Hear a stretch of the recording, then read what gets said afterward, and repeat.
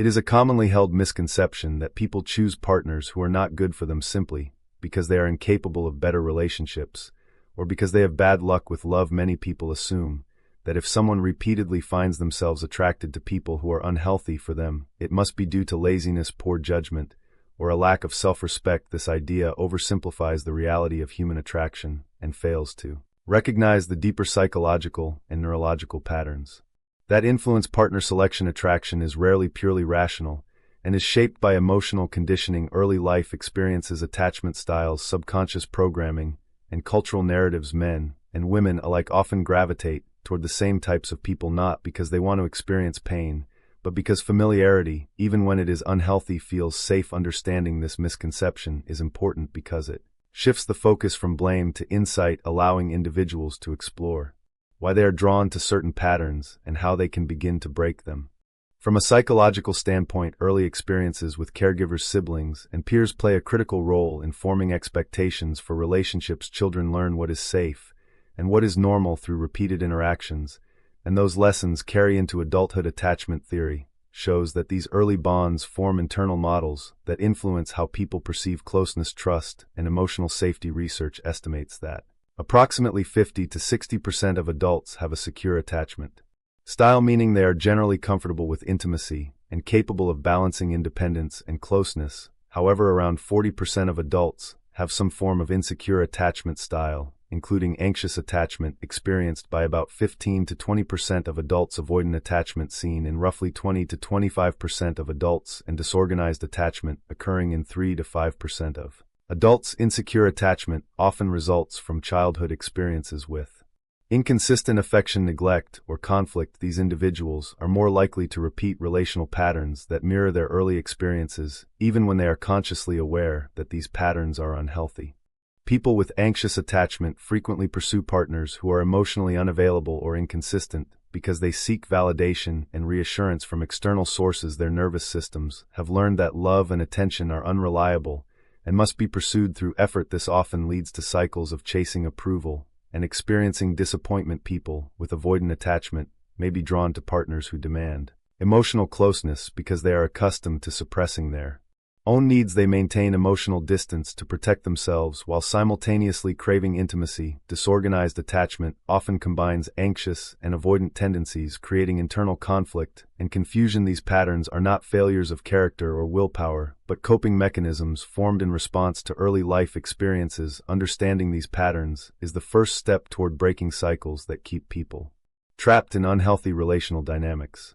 Neuroscience further explains why people are drawn to familiar, yet unhealthy patterns. Intermittent reinforcement is a concept in which inconsistent rewards create powerful behavioral patterns. The same principle applies to emotional relationships. When attention or affection is given unpredictably, the brain releases dopamine, creating feelings of excitement and anticipation. Over time, individuals begin to associate emotional instability with reward. This explains why people may repeatedly return to partners who are inconsistent or emotionally volatile. The brain treats the familiar chaos as neurologically rewarding, and the predictable calm as less stimulating. This is not conscious preference, but subconscious wiring reinforced over years of experience.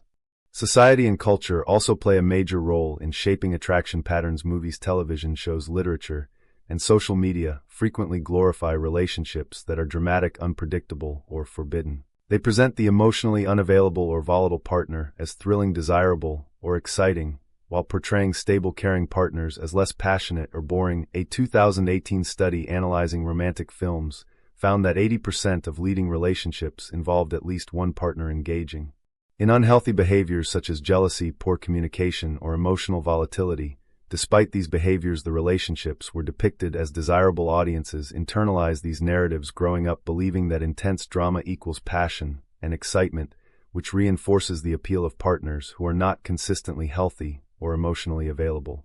Social media amplifies these cultural scripts. The pursuit of attention, validation, and social recognition can create emotional reinforcement loops. Individuals are often rewarded socially for relationships that are dramatic or conflict-ridden, which can reinforce attraction to unhealthy patterns. Peer pressure and comparison further strengthen these tendencies, making it harder to identify what is truly healthy versus what simply feels familiar or exciting. To the men and women reading this, if you find yourself repeatedly attracted to partners who are not right for you, know that you are not broken, weak, or incapable of love. Your patterns are human and deeply influenced by early life experiences. Neural conditioning and subconscious learning. Awareness is the first step toward change. Take time to reflect on why certain traits or behaviors consistently attract you. Are you drawn to intensity because it feels familiar? Are you seeking validation in ways that echo past experiences? Recognizing these patterns allows you to pause before acting and make intentional choices. Change is possible and achievable through self-reflection, honesty, and patience. Begin by observing your emotional responses to people without judgment. Notice when you feel excitement, anxiety, or validation seeking, and ask yourself if those feelings are grounded in present reality or in old patterns. Practice recognizing healthy connection when it presents itself. Healthy attachment looks like emotional availability, consistent respect for boundaries, open communication, predictable care and support during stress instead of only during highs. These qualities may feel less intense initially, but they provide the foundation for long-lasting and fulfilling relationships.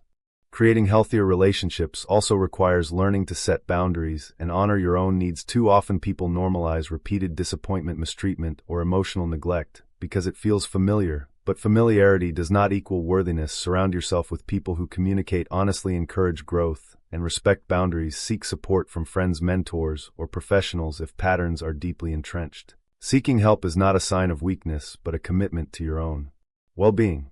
Breaking cycles of unhealthy attraction is a gradual process that requires self-awareness, courage, and consistent effort. It is not about suppressing chemistry or ignoring attraction, but about distinguishing between what feels familiar and what is genuinely nourishing. Over time, as you consistently choose partners who reflect respect, consistency, and empathy, you rewire internal templates for connection. You learn that love is not something to chase, but something to grow into.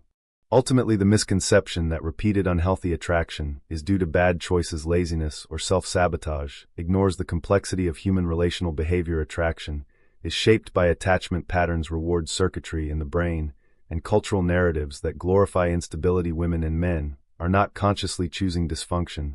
They are responding to subconscious patterns formed over a lifetime. The empowering truth is that these patterns can be recognized, understood, and changed. With awareness, reflection, and intentional action, you can cultivate relationships that are healthy, fulfilling, and sustainable. You have the ability to create connections built on mutual respect, emotional support, and growth.